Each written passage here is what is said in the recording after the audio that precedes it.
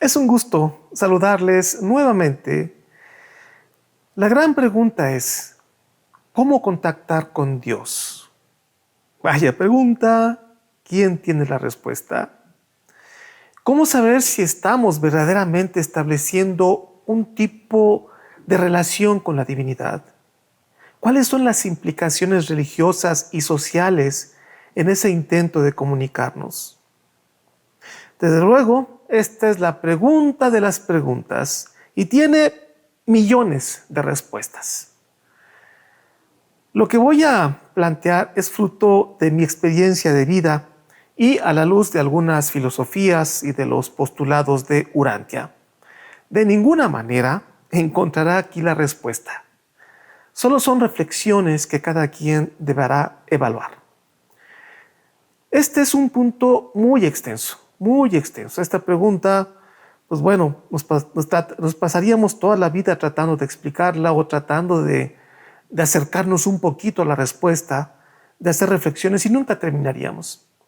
Por lo tanto, espero que este video no se me haga tan largo. Tengo muchas cosas que decir sobre este tema. Bien, trataré de todas formas de ser lo más breve posible. Bueno, de manera muy resumida, hemos visto que el primer tipo de religión surgida en la humanidad fue la natural o evolutiva.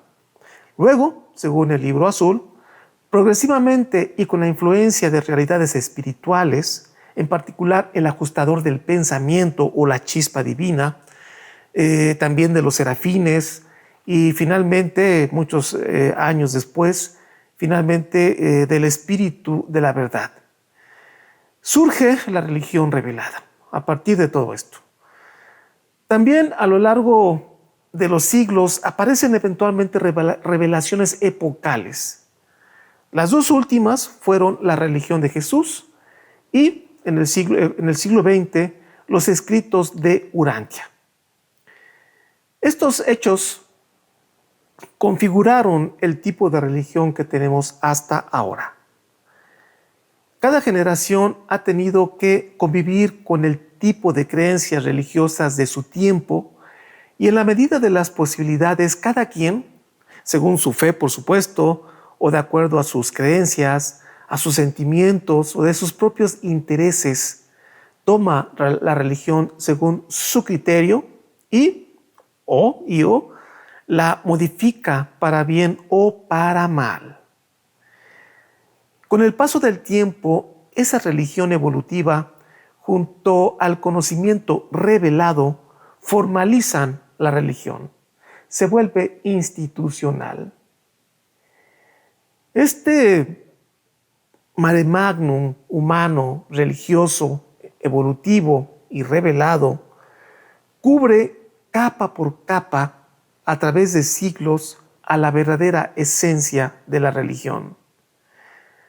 El resultado es una masa religiosa amorfa, confusa y complicada, cubierto por una densa neblina de misterio, de misticismo, de creencias oscuras, de ritos y rituales, de conocimiento oculto que solamente está disponible para los iniciados o supuestos iniciados, de dogmas, de pueblos elegidos, de expiación y sacrificios, de generación de múltiples dioses y múltiples religiones, de tradicionalismo, vicios institucionales, de la fe de muchas culturas y generaciones, etc.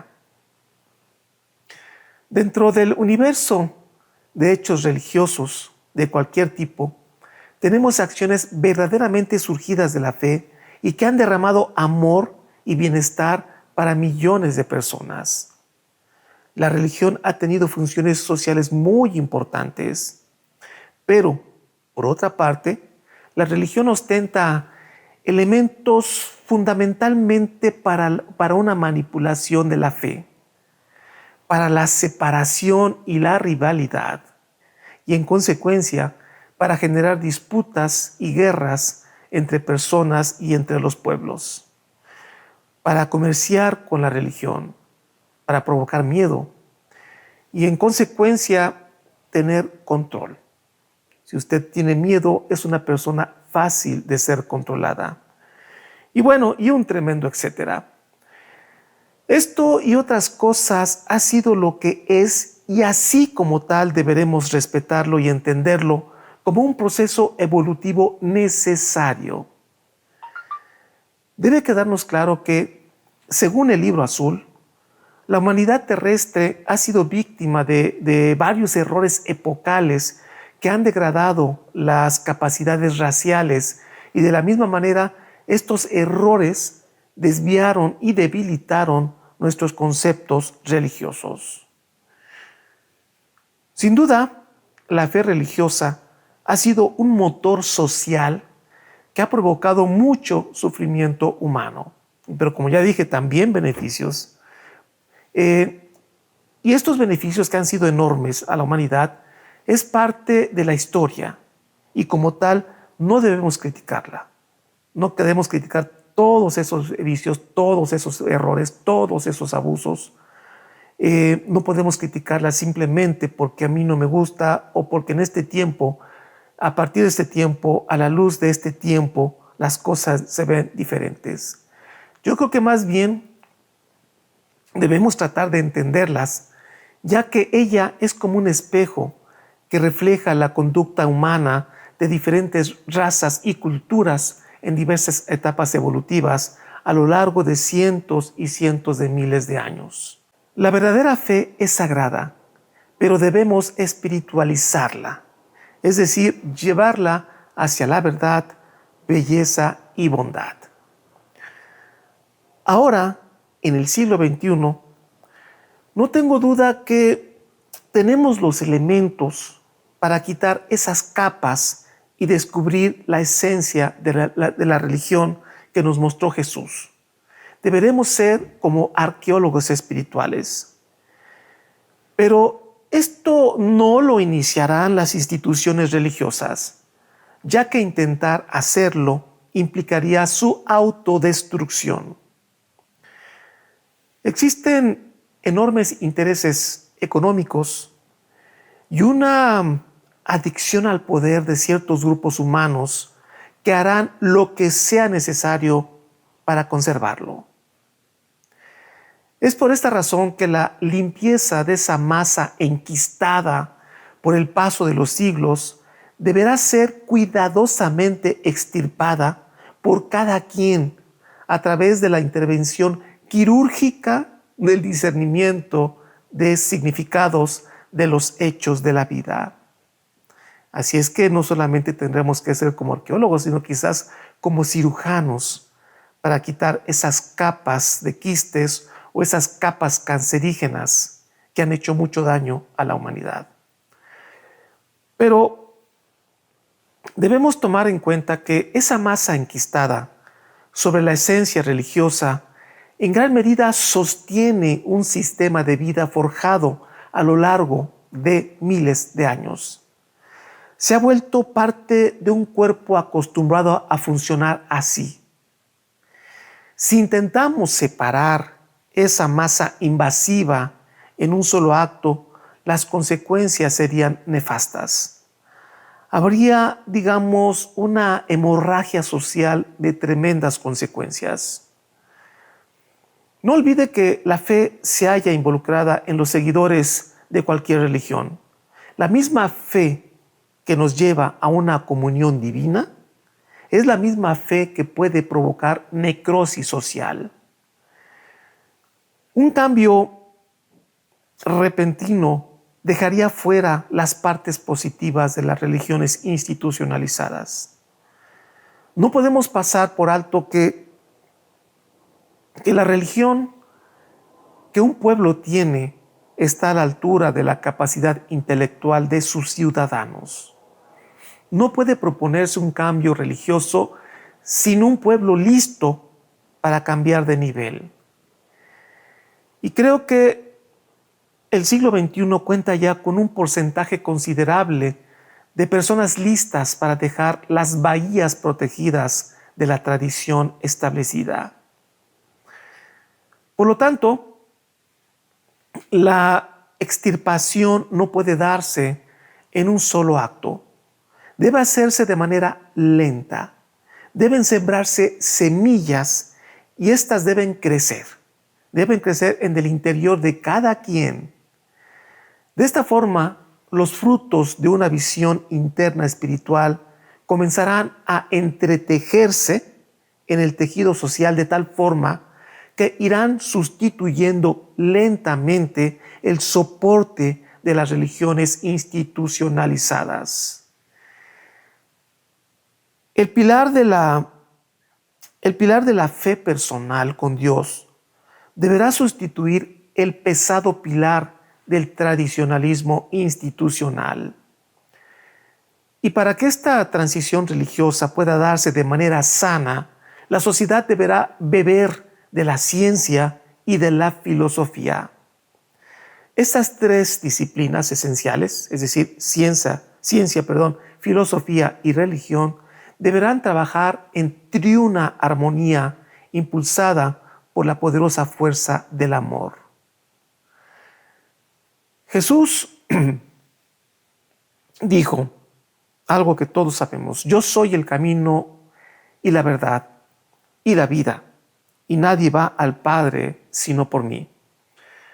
Por esta razón, mi propuesta es un renacimiento religioso basado en las verdaderas enseñanzas de Jesús, pero sin intermediarios, sin complicaciones confusas de la religión heredada. El problema del concepto religioso es que, dado el paso de los siglos, se volvió demasiado densa. Digamos que se terrenalizó o se humanizó. Si bien la religión es una experiencia humana, como tal, la religión tiene como finalidad contactarnos con realidades superiores.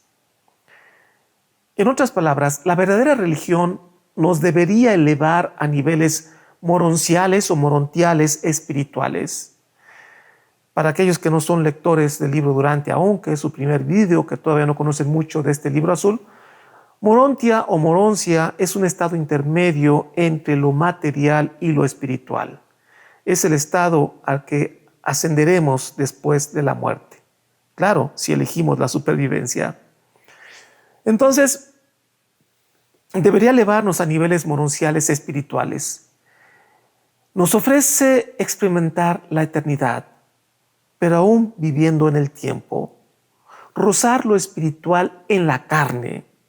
Sentir el aroma sutil de la perfección viviendo como seres imperfectos.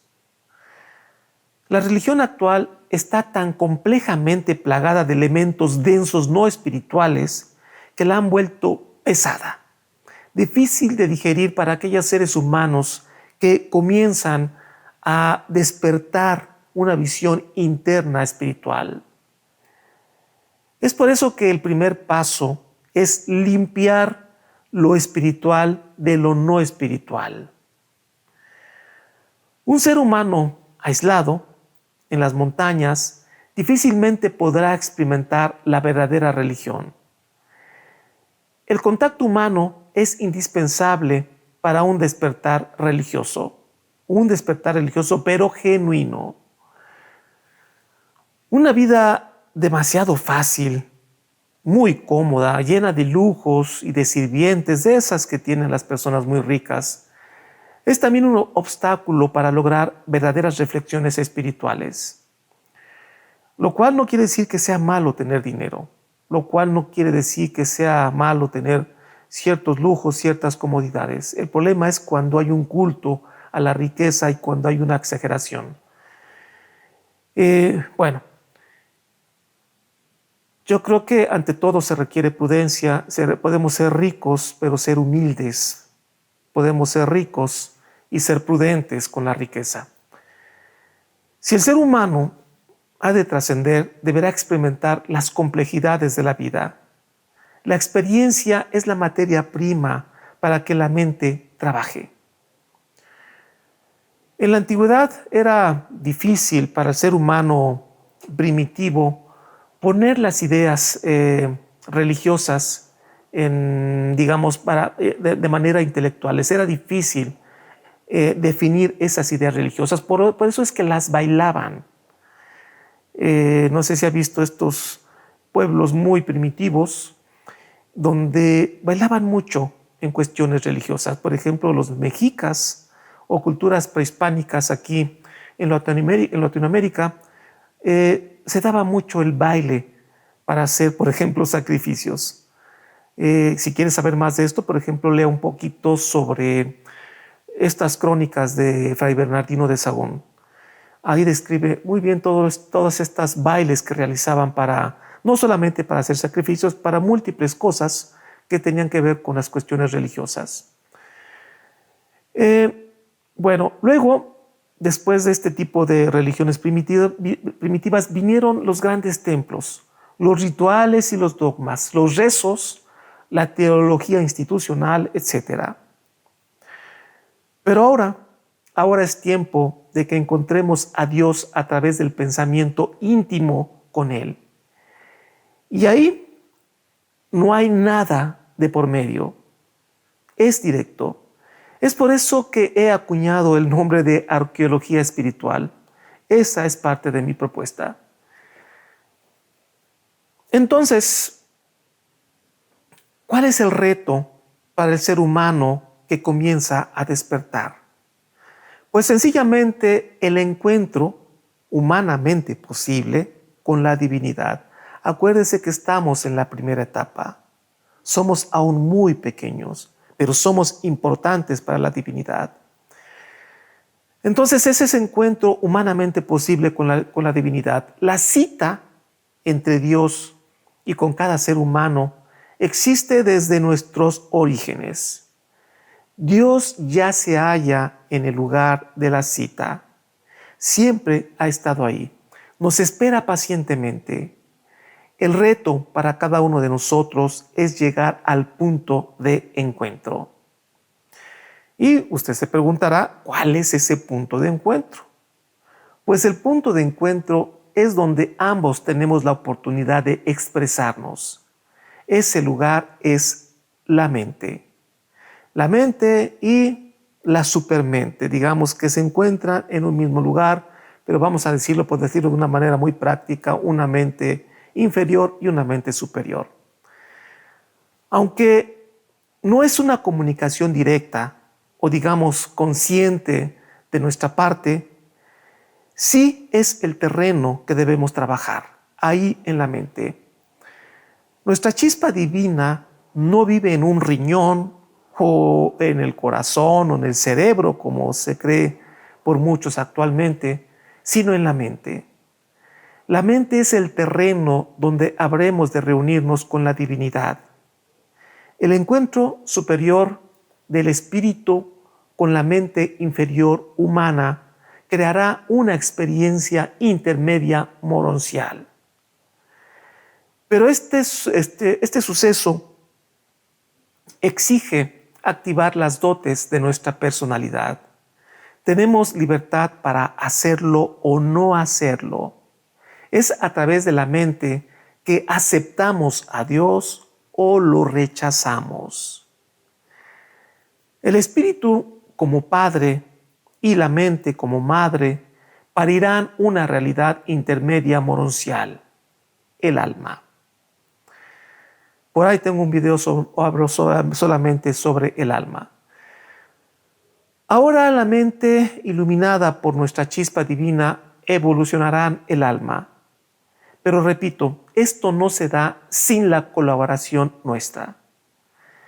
La mente es trascendental para el ser humano, porque es como si fuera un pequeño hogar interno funcionando en un cuerpo material. Nuestra conciencia mora en la mente. Ahí vivimos, ahí está nuestro yo, ahí está nuestra conciencia. Y es tan maravillosa porque la mente es un trozo de realidad cósmica puesta a nuestro servicio. Es decir, la mente no es exactamente de nuestra propiedad, es un préstamo, es una realidad universal a nuestro libre servicio. Imagínense qué importante es esto. Y me parece que a veces no la cuidamos y dejamos que entren muchos distractores, muchas imágenes e ideas chatarras que nos limitan e impiden hacer ese contacto con las realidades espirituales. Gracias a nuestra conciencia de la mente es que podemos rozar ligeramente el nivel inferior. ¿Cuál es ese nivel inferior? Pues el sistema electroquímico del cuerpo físico. Pero a la vez rozamos hacia arriba el sistema moroncial espiritual. No somos plenamente conscientes de esos dos reinos, ni del material electroquímico ni el moroncio espiritual, pero sí lo somos de nuestro sistema mental. Por eso es importante entender qué cosa es la mente. Por eso es que debemos trabajar en ella hacia el encuentro con Dios. Nuestra esencia divina no tiene mecanismos ex profeso para una comunicación clara y directa con nosotros. Ella obra en la superconciencia humana. De ahí la dificultad y el reto para establecer algún tipo de comunicación. En el trabajo mental no son tan importantes nuestros logros intelectuales, sino nuestros deseos, nuestros anhelos, nuestras determinaciones. Recuerde que el alma en evolución no se espiritualiza por lo que haga, sino por lo que trate de hacer. Mientras exista un deseo sincero, Dios se encargará tarde o temprano de otorgarnos las capacidades. El deseo sincero convierte los potenciales en actuales. Por todas nuestras limitaciones materiales y raciales, es altamente complejo ser conscientes de Dios. Pero lo que sí está en nuestras manos es el anhelo de Dios. No es la teología, sino el deseo sincero de ser como Dios lo que espiritualizará nuestros pensamientos y abrirá las puertas del cielo. Nuestros impulsos naturales, propios de nuestra naturaleza animal evolutiva, difieren de las realidades espirituales. Es por eso que la verdadera religión exige un acto consciente para reprimir esos impulsos materiales en aras de decisiones superiores, obviamente producidas por nuestra voluntad. Bellamente el libro de Urantia, nos dice algo muy concreto y muy práctico. Nos dice, la mente es vuestro buque. Aquí está nuestro buque. El ajustador del pensamiento, la chispa divina, es vuestro piloto. La voluntad humana es el capitán. Por eso yo he insistido mucho en la voluntad. Me parece que el libro de Urantia no lo subraya tanto. Sí la menciona mucho, pero creo que, de hecho creo que sí, por ahí hay un capítulo, no me acuerdo cuál es, donde sí habla específicamente de ella, pero yo creo que tuvo que abundar un poquito más en este punto de la voluntad. Es súper importante para entender cómo obra la naturaleza humana. Bien, pero la mente que discierne no es una entidad que vive aislada junto con una realidad divina.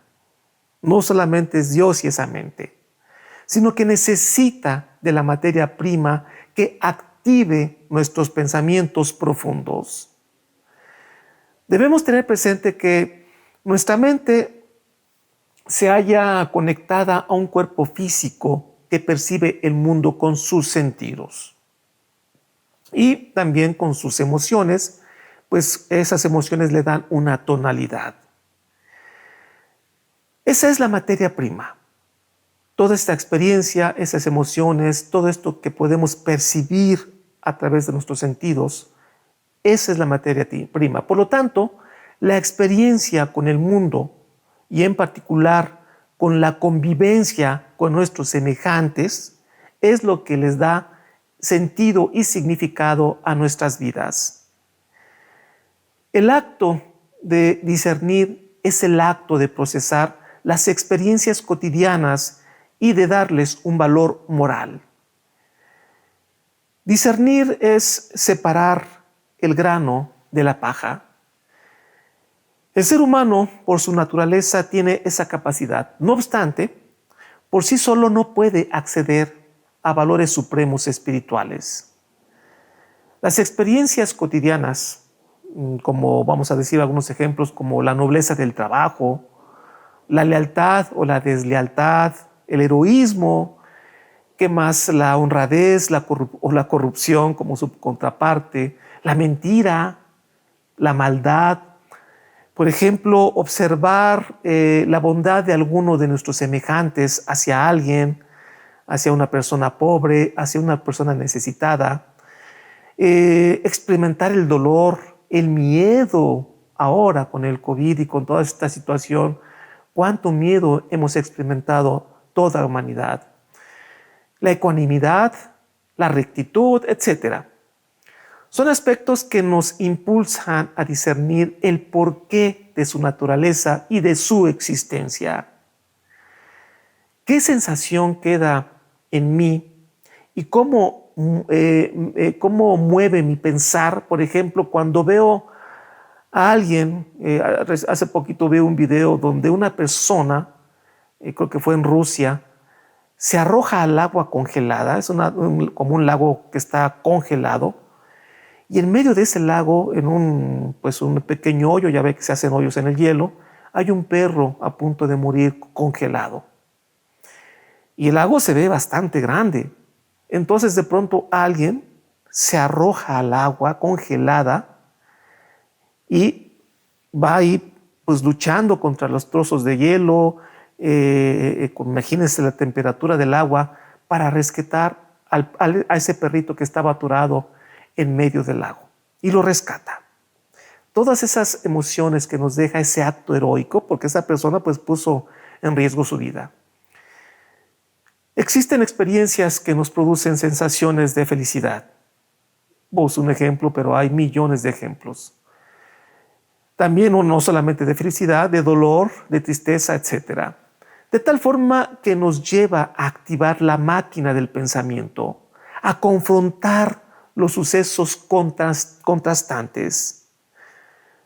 La sensación de injusticia o cuando vemos un acto amoral reprobable es un detonador del pensamiento y, de acuerdo a la naturaleza moral de cada quien, desencadenará un proceso reflexivo que involucra el bien y el mal.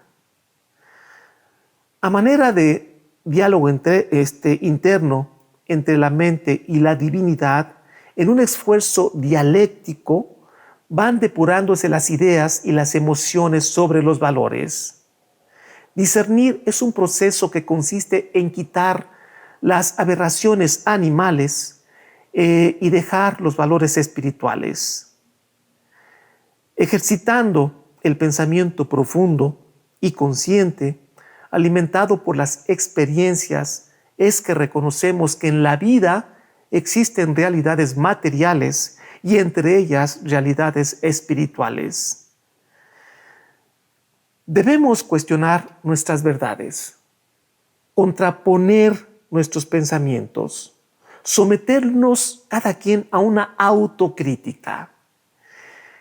En esa medida, ejercemos nuestra capacidad volitiva en el pensar. Esa acción pone de manifiesto el anhelo de verdad. Es invitar a la verdad, a la belleza y a la bondad y a sus contrapartes a la mesa mental de la personalidad. En otras palabras, discernir es invitar a la mesa, como cuando nos sentamos a comer, no solamente a nuestra luz piloto, a nuestra chispa divina, sino a las experiencias con los valores, sean positivos o negativos, ya que entre todos podremos digerir el alimento de la realidad y extraer de ella los nutrientes valores espirituales. Buscar distinguir la verdad en la madeja de la vida es exhibir el anhelo de encontrar a Dios, ya que la manera en que identificamos a Dios es mediante el reconocimiento de la verdad, belleza y bondad. Pero nada se reconocerá sin el esfuerzo de separar el grano de la paja. Cualquier cosa que hagamos requiere del ejercicio de la voluntad.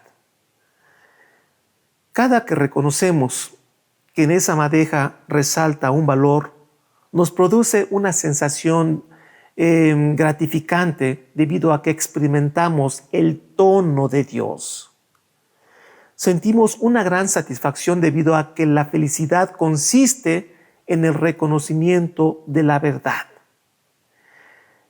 Es decir, el encuentro con Dios, en otras palabras, el reconocimiento de la verdad implica que ahora, con esa verdad reconocida, podemos actuar en la finitud, la eternidad y la universalidad. ¿Sí me explico?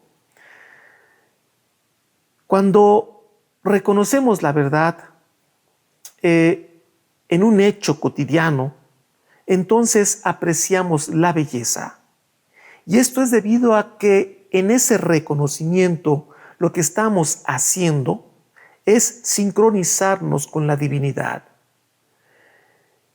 Y cuando logramos tan maravilloso suceso, nos colmamos de felicidad debido a que experimentamos de manera viva lo pletórico y simétrico de la espiritualidad. Es como rozar la perfección cósmica, es provocar el arco espiritual entre la mente y la superconciencia donde obra el espíritu. Cuando a través de un proceso reflexivo profundo reconocemos la existencia de valores supremos en nuestras experiencias, entonces experimentaremos el verdadero deseo de servir con amor a nuestros semejantes. El trabajo mental reflexivo no debe ser un acto intelectualizante. Cuando realmente estamos despertando una visión espiritual interna, inmediatamente sentimos la necesidad de bajar esas ideas, decisiones hacia la práctica cotidiana en el mundo que nos rodea. Sacar de aquí las cosas, llevarlas a acciones concretas en beneficio de nuestros semejantes. Cuando ejecutamos una acción amorosa hacia alguien, como por ejemplo ayudar a un enfermo o rescatar animales en peligro o contribuir a causas justas, etc., en ese momento estamos creando sustancia cósmica al interior de nuestra alma, ya que los valores supremos son realidades universales, vibran en el tono y timbre de Dios y por lo tanto son reconocidos hasta los confines del universo. Es como si mandáramos una señal, como cuando un celular lo hace, pero claro, estoy hablando de una manera muy burda, pero estas señales espirituales vibran en tono y timbre de Dios y verdaderamente yo tengo la seguridad y según lo que dice el libro azul, se escuchan en todos los universos. Imagínense qué tipo de vibración debe ser. Cuando hacemos el bien a los demás, estamos transmutando la pesada densidad material de nuestros cuerpos en la ligera sustancia morontial. Los actos de amor altruista nos vuelven ciudadanos cósmicos. Estas acciones evolucionarán nuestras almas. Dejar las buenas intenciones en la mente, voy a poner un ejemplo, es como sembrar una semilla en una maceta, pero imagínense que la deja dentro de un sótano oscuro y seco. De la semilla surgirá una hermosa flor con frutos solo si recibe los refrescantes gotas de lluvia y los rayos solares de la acción amorosa social. Eso fue lo que hizo Jesús. Jesús enseñó a sus discípulos a salir a la calle y hacer cosas buenas para los demás. Pues bien, creo que me estoy extendiendo nuevamente. El vídeo se me fue de las manos, se hizo largo. Por más que intento ser breve, una disculpa. Pero bueno, hay muchas cosas más que decir, pero pues hay varios vídeos todavía que quiero subir. He tratado de llevar una secuencia, una cierta lógica. Espero que esto les esté pareciendo interesante, porque en estos tiempos youtuberos, estos tiempos tiktokeros, este tipo de temas no son atractivos, yo lo sé, pero yo no lo hago porque sean atractivos. Yo no subo cosas que sean entretenidas, chistosas o farándula o chismes. Este canal no tiene ese objetivo. Este canal no busca tener millones de seguidores, no es el objetivo. Quien esté listo para entrar a este universo que estoy yo sugiriendo, que estoy planteando, es porque es el momento. Otros que entran a este canal y les parece aburrido, y hay algunos dicen qué asco, qué aburrido, hablas mucho, en fin, dan muchas críticas, no me molestan, pero son personas que no están listas para este tipo de contenido. Bien, bueno, no olvide esto. En la casa de la mente moran dos entidades, ya digamos para cerrar. Moran dos entidades en la mente. Nosotros como criaturas personales finitas y segundo, nuestra chispa divina como entidad personal eterna. Desafortunadamente, a pesar de que esa maravillosa luz mora en el mismo hogar, pasamos la vida ignorándola. Si la parte humana volitiva que habita ese hogar al fin decide establecer una comunicación de manera sincera y nos sentamos a la mesa a dialogar sobre la vida y lo hacemos permanentemente y como resultado aprendemos a amarlo y amar a nuestros semejantes, entonces nosotros ganaremos la eternidad que esa luz piloto nos ofrece y al mismo tiempo que esa luz celestial obtiene de nosotros la personalidad. Vea qué importante es esa unión entre Dios y la chispa divina. Cuando dos no hagan más que uno. Pero establecer una comunicación en la mente no es tarea sencilla, ya que el ajustador no es una criatura personal. Nuestra chispa divina es prepersonal.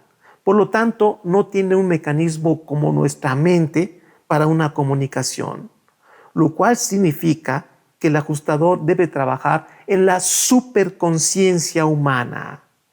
Y ahí es donde la puerca tuerce el rabo.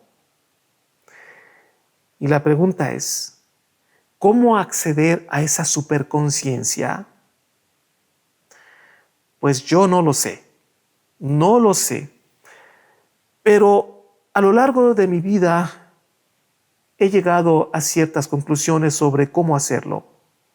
Y platicando con mi amigo, que he platicado mucho sobre este tema, hemos llegado a algunas conclusiones. Pero de esto les platicaré en el siguiente video. Pero de inicio les puedo anticipar algo. Al ser humano hay que conocerlo para amarlo. Pero a Dios primero hay que amarlo para conocerlo. Por lo tanto, la búsqueda de Dios no es por el intelecto, sino por el amor. Soy el profesor Javier Posada y que la luz de la verdad ilumine su camino. Hasta la próxima.